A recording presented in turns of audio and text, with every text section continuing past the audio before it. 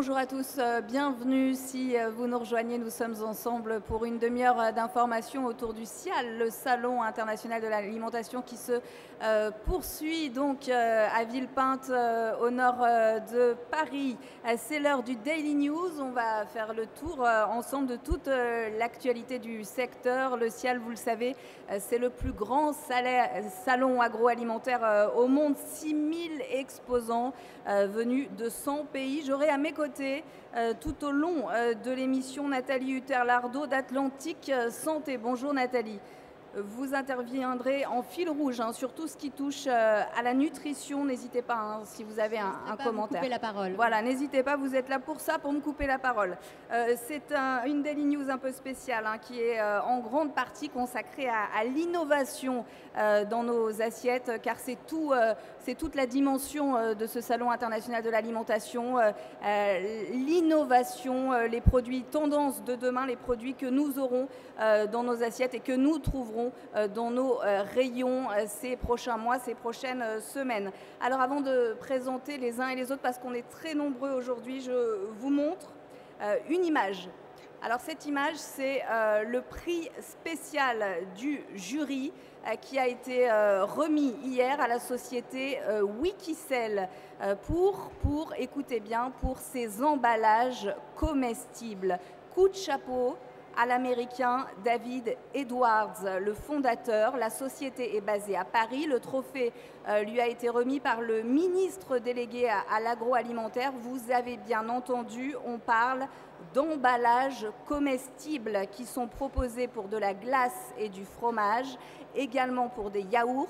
Leurs produits de cette société Wikicell sont vendus aux États-Unis déjà, et ils veulent s'implanter sur le marché français. Nathalie, vous qui êtes notre expert en nutrition, est-ce que vous seriez prête à manger des emballages comestibles? Je crois qu'en nutrition, vraiment l'élément important qui permet un bon équilibre alimentaire, c'est de varier.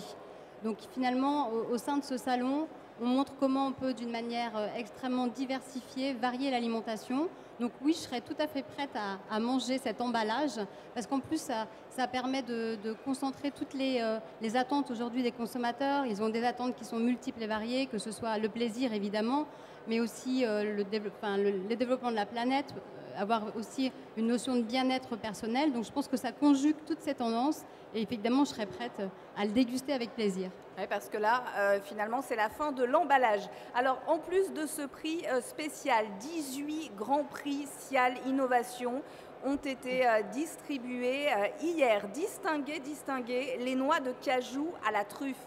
Nathalie, je vais vous demander votre coopération. Les voilà, les noix de cajou à la truffe de la société française Truffière de Rabat.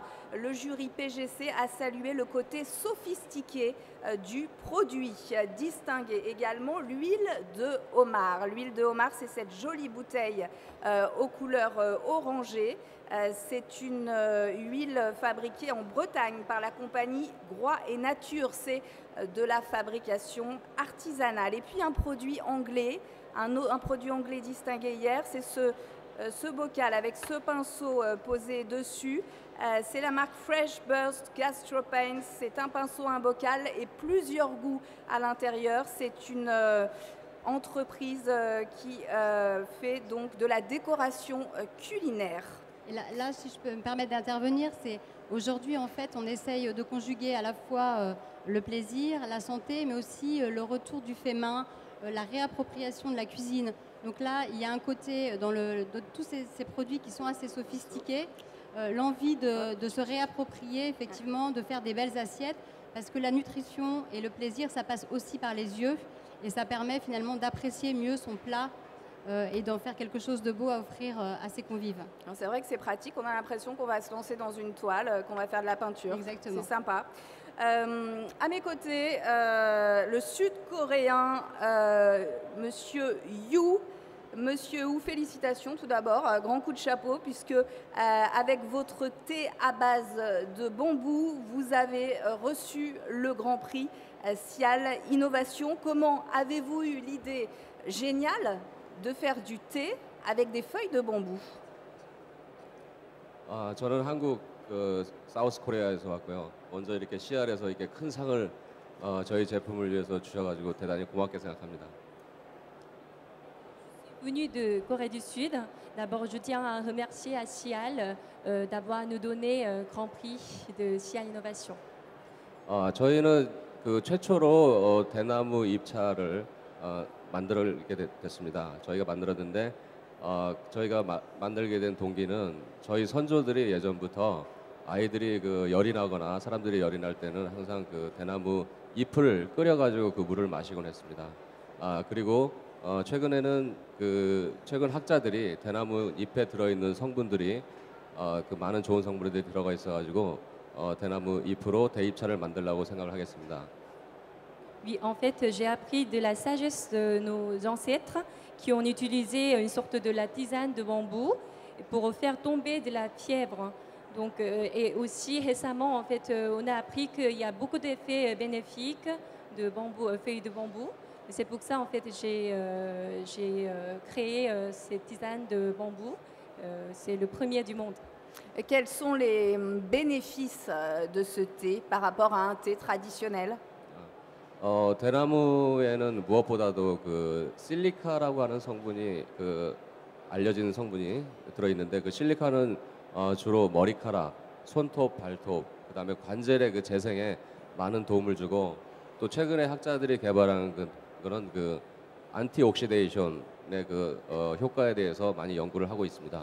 그래가지고 또한 카페인이 들어가 있지 않기 때문에 이건 어린아이들부터 노인들까지 물처럼 마실 수 있는 티라고 생각했기 때문에 저희가 최초로 개발하게 됐습니다.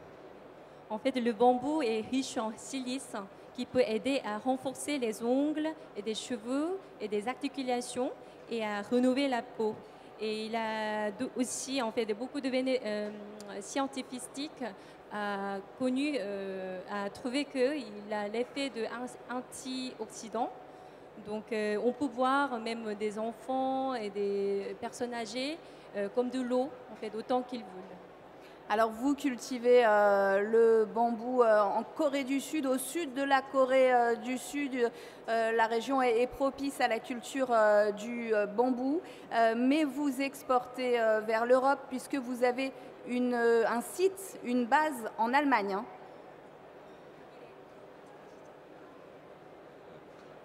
저는 뱀부티는 한국의 굉장히 청정 지역에 유네스코가 지정한 슬로우시티라고 하는 한국의 남쪽 지방에서 저희가 경작을 합니다.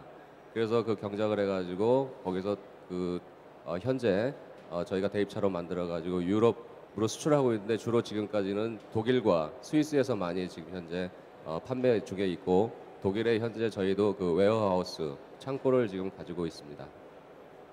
On cultive dans le sud de Corée, qui est désigné Slow City par UNESCO, parce que l'environnement est bien protégé et que on a déjà vendu en Suisse, en Allemagne, parce qu'on a entrepôt en Allemagne.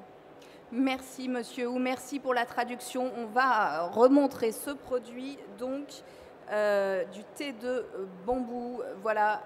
Un produit innovant, unique, Nathalie. Voilà. C'est une trouvaille exceptionnelle. Hein. Alors, je trouve que vraiment ces produits conjuguent finalement différentes attentes en termes de nutrition.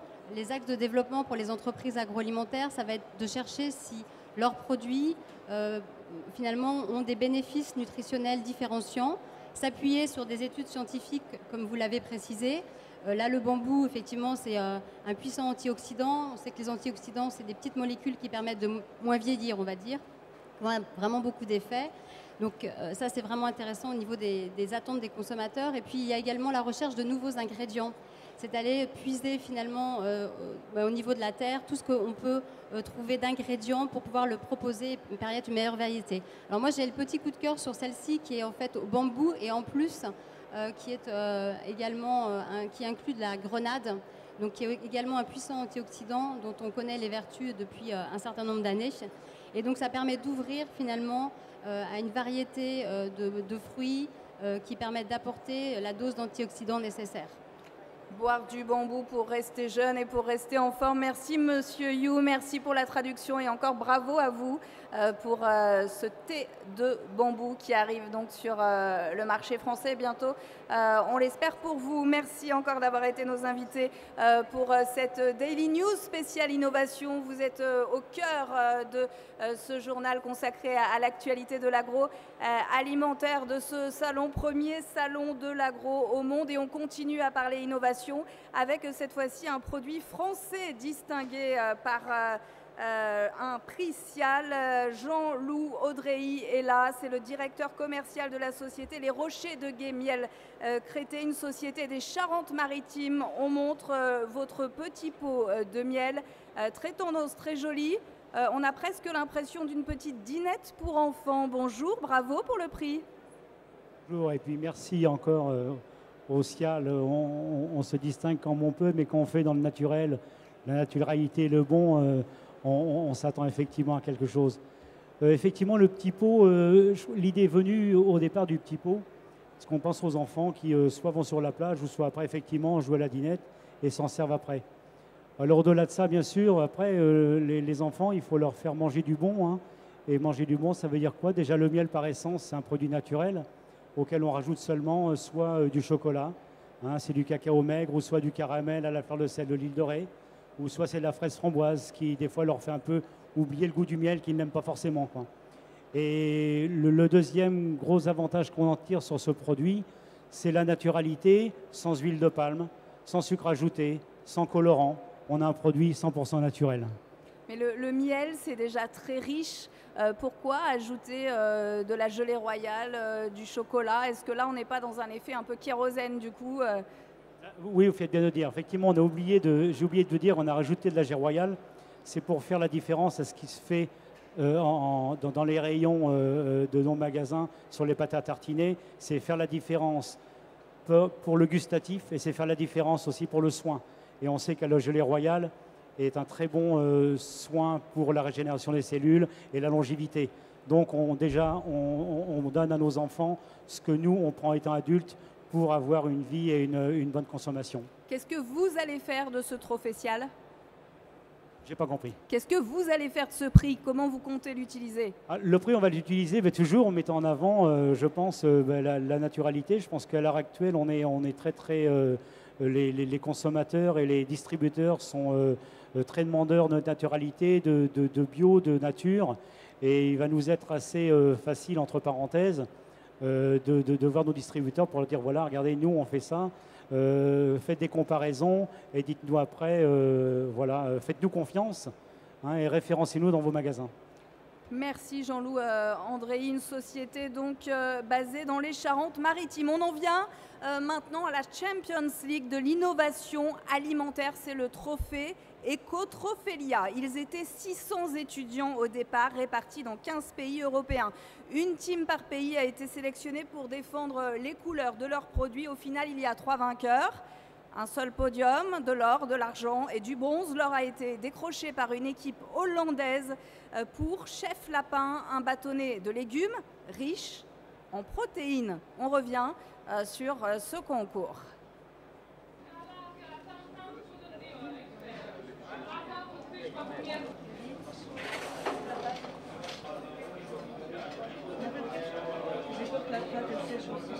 Du coup, on a la place pour mettre une petite tranche de chaque pain que le jury pourra choisir. Alors, la tranche de chaque pain. J'en ai 26. Ils sont livrés le 21 juin. Non, c'est pas bien comme ça. Vous êtes sûr que c'est dans le même sens?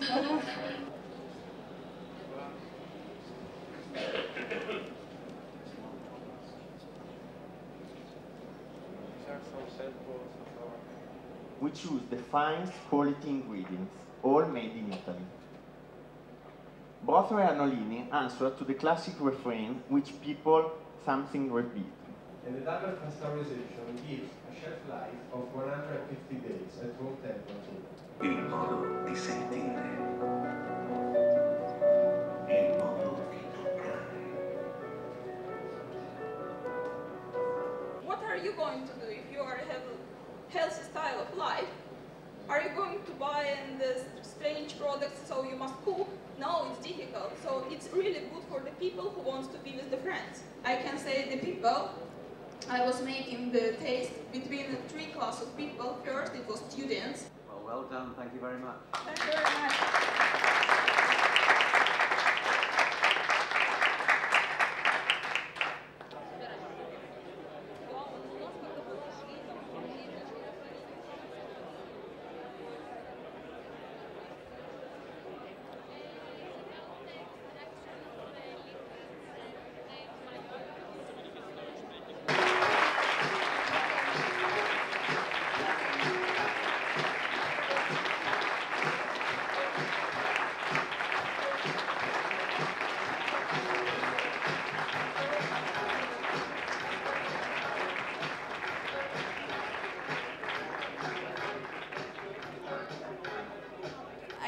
I think for me personally, it really represents the commitment that we have for the project itself, the teamwork that we have to really work together in these past 6 months, to really work together to really create an eco-friendly products.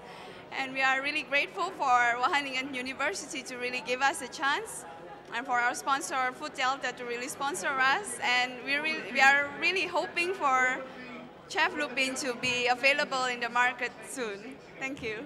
Allez, on y va par ici ensemble, s'il vous plaît. Merci. Tout le monde regarde vers moi. Merci avec le sourire. Voilà, Dominique Ladevez est avec nous. Vous êtes le fondateur de ce trophée. Êtes-vous satisfait de cette 4e édition de ce trophée Ecotrophélia? On vient de le vivre tout en ambiance, sans commentaire, parce que finalement les images parlaient d'elles-mêmes. Effectivement, ces images parlent d'elles-mêmes. Nous en sommes à la 4e édition, mais dans sa version Ecotrophélia, c'est-à-dire qui intègre les éléments du développement durable et de l'éco-innovation. Nous n'en sommes qu'à sa 2e édition. Avec 15 pays participants, c'est près de 30% de plus que l'année dernière en Allemagne. Et on sent vraiment une dynamique qui naît en Europe au niveau de l'ensemble des universités et des écoles d'ingénieurs vers l'innovation alimentaire qui sont portées par ces étudiants. Alors une fois que ces étudiants ont eu leurs idées, les ont développées, ont été distingués pour certains, quelle est la finalité du concours? Alors la finalité du concours, au-delà de l'exercice pédagogique, c'est aussi de pouvoir permettre aux entreprises plusieurs éléments. Premier élément, c'est de pouvoir commercialiser leurs produits.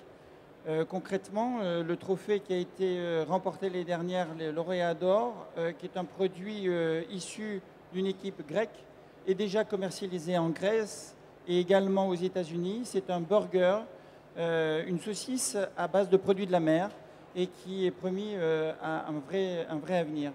D'autres success stories peut-être à nous raconter? D'autres success stories, bien évidemment. Un produit islandais qui était un produit lacté à base d'algues, qui a été commercialisé, qui est commercialisé sur le marché islandais.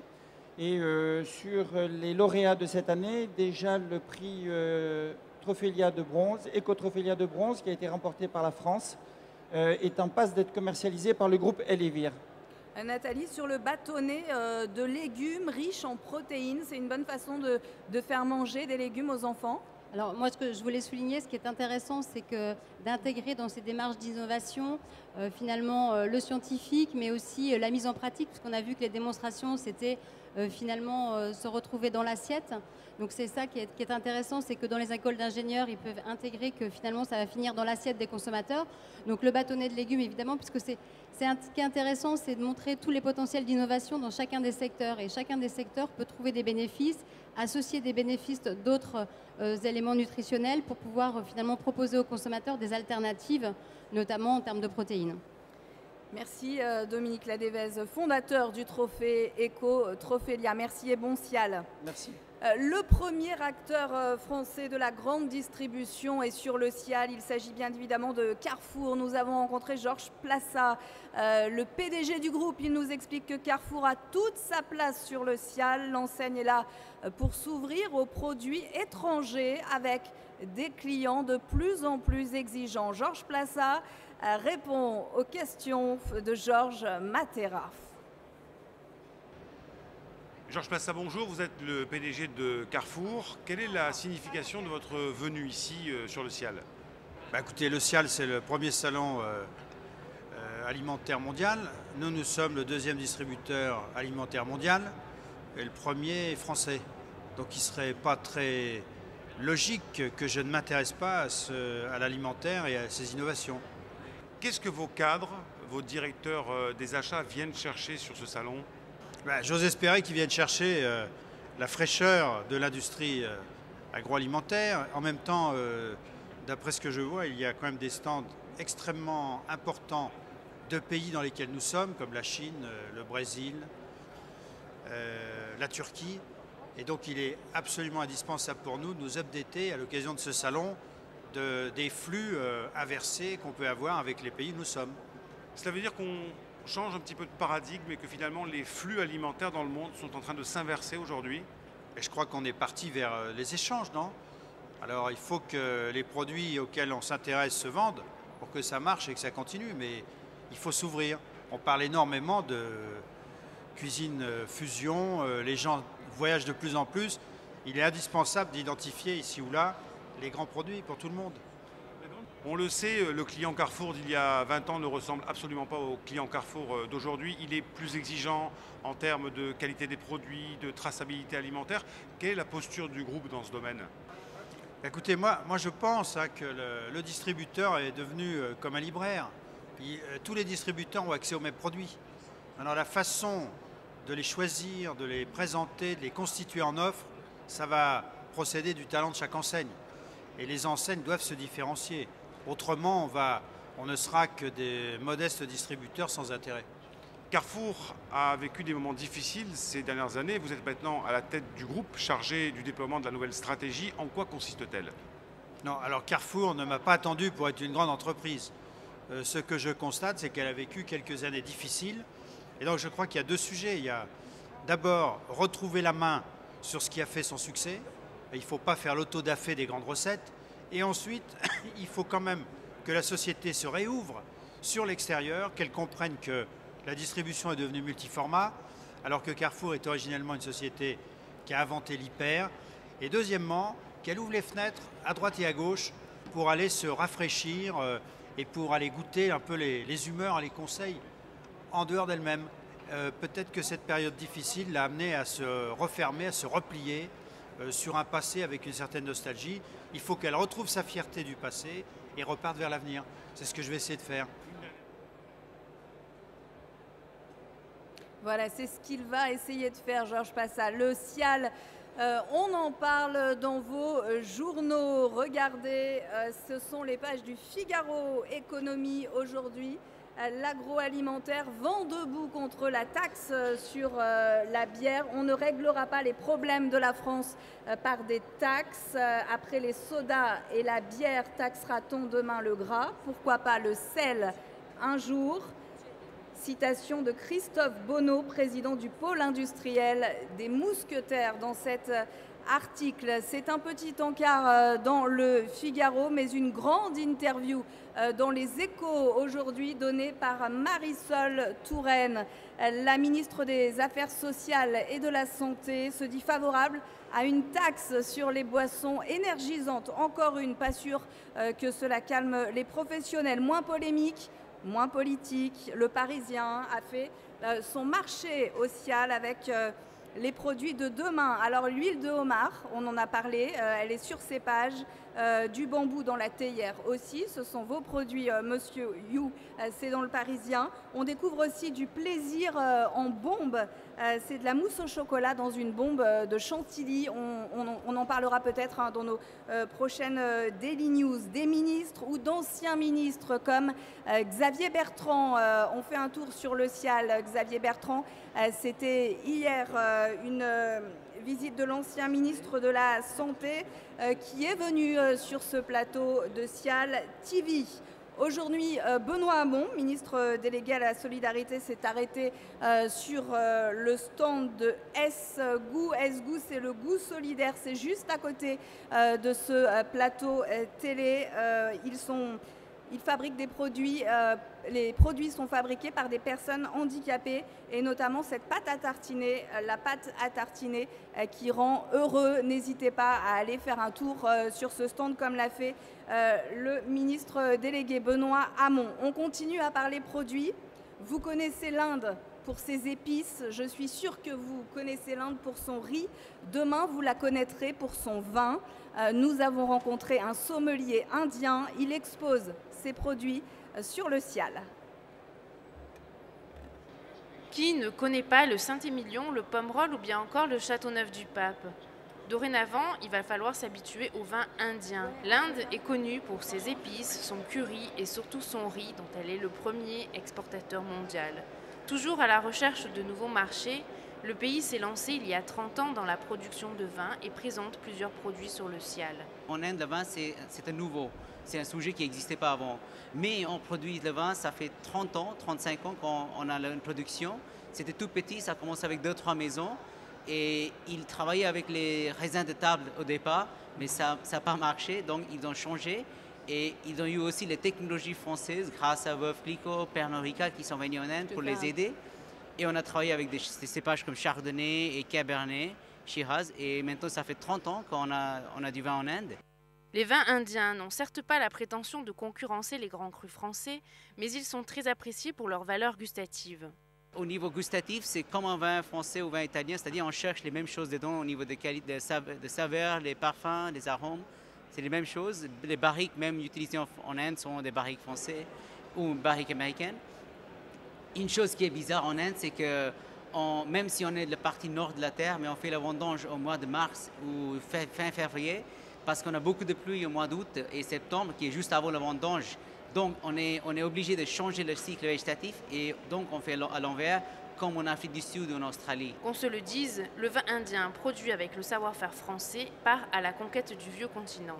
Si vous êtes en Europe, vous allez trouver les vins indiens dans un supermarché, dans le retail, peut-être les caves particulières aussi, et bien sûr dans un restaurant indien. Déjà disponible dans les enseignes de la grande distribution, nous le trouverons bientôt dans la plupart des restaurants.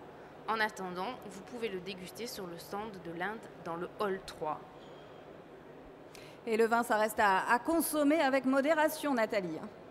Je pense qu'en nutrition, vraiment, ce qui est important à rappeler, c'est que ce qui est important, c'est la variété. Donc, il n'y a absolument pas d'interdit à poser, mais de considérer les portions, les fréquences de consommation.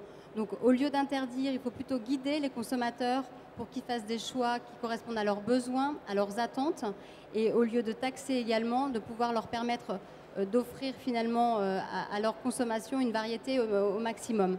Donc ce qui est important, c'est plutôt de les guider et de faire une adéquation entre leurs besoins et la différence entre tous les produits. Et que serait le vin sans tapas, sans un petit peu de charcuterie? Je reçois Giorgio Beretta, directeur marketing de Salmufficcio Fratelli Beretta. Est-ce que je peux dire que vous avez sans doute l'un des plus beaux stands du Cial? Nous sommes très contents d'être ici à l'Cial parce que c'est une année très importante pour nous, parce que nous avons 200 ans d'année. Vous avez 200 ans oui, cette année. Hein. Vous faites jeune, hein. Oui. Vous êtes bien conservé. Vous devez boire du thé de bambou, non? Nous sommes toujours avec les nouvelles. Regardez les images du stand là. On va peut-être je ne sais pas si on peut les revoir, mais il y a des écrans partout. Oui, nous sommes toujours, on regarde l'évolution, les nouveautés de tout. Nous sommes toujours dans le monde. L'évolution, on doit être toujours au service des consommateurs avec des produits nouveaux, avec des stands nouveaux, c'est la nouveauté, le seul mode pour sortir de la crise. Donc une société qui a 200 ans, elle aussi, elle doit s'adapter. En ces temps de crise, elle aussi, elle doit aller vers l'innovation. Vous avez apporté quelques produits, vous pouvez nous les montrer? Oui, on a apporté les produits qui peut-être en France c'est nouveau, c'est déjà un bon marché parce que c'est les pasta box. Les pasta box, ça fait un carton. En Italie, c'est nouveau parce que l'italienne, on n'a pas encore arrivé à manger la pasta dans les box. Alors, en Italie, on n'arrive pas à manger les pâtes dans les boîtes en carton. Oui, c'est difficile. C'est un sacrilège. Oui, c'est nouveau. Mamma mia. Mais nous avons aussi les salamis, les petits salamis que nous avons fait dans beaucoup d'années. Et aussi le jambon de Parme, qui c'est un des plus bons produits de l'Italie. Alors l'important, c'est ce qu'on retrouve dans votre marque, c'est l'authenticité, c'est ce caractère d'authenticité. Nous avons tous les produits DOP, tous les produits DOP et GP, et nous sommes toujours à les services des consommateurs. On fait des services, notre mentalité, c'est trouver les nouveautés et être avec des bons prix et bons produits. Mais comment vous faites pour garantir la qualité avec des prix qui restent abordables, qui restent grand public? C'est difficile, on doit trouver l'innovation et les machines qu'il fait et trouver les bons fournisseurs qui travaillent avec vous, avec partenaires. Nous sommes un partenaire avec la distribution et les fournisseurs. Merci Giorgio Beretta. Peut-être sur la sécurité sanitaire, sur l'authenticité des produits, Nathalie, un mot? Exactement, parce qu'en fait aujourd'hui on peut parler plaisir et puis de manière un peu plus ludique parce qu'on a garanti, je pense, aux consommateurs des produits qui sont extrêmement safe, extrêmement sûrs. Et ensuite, à partir du moment où on a un stock de sécurité, on peut commencer à travailler effectivement sur le plaisir, sur le goût. Et de la même façon, je ne hausse pas les yeux en tant que nutritionniste sur des produits de charcuterie. Ça fait partie de notre culture, ça fait partie aussi de notre quotidien. C'est une question de portion, de dose avec laquelle on va les consommer. Merci Giorgio Beretta, merci Nathalie pour votre coup d'œil avisé à chaque fois. Hein. Merci encore. Vous le savez peut-être, la gastronomie française a été élevée, distinguée au rang du patrimoine mondial de l'UNESCO. Voyons ce qu'on appelle exactement la gastronomie française avec ce reportage tourné par les équipes de France 24.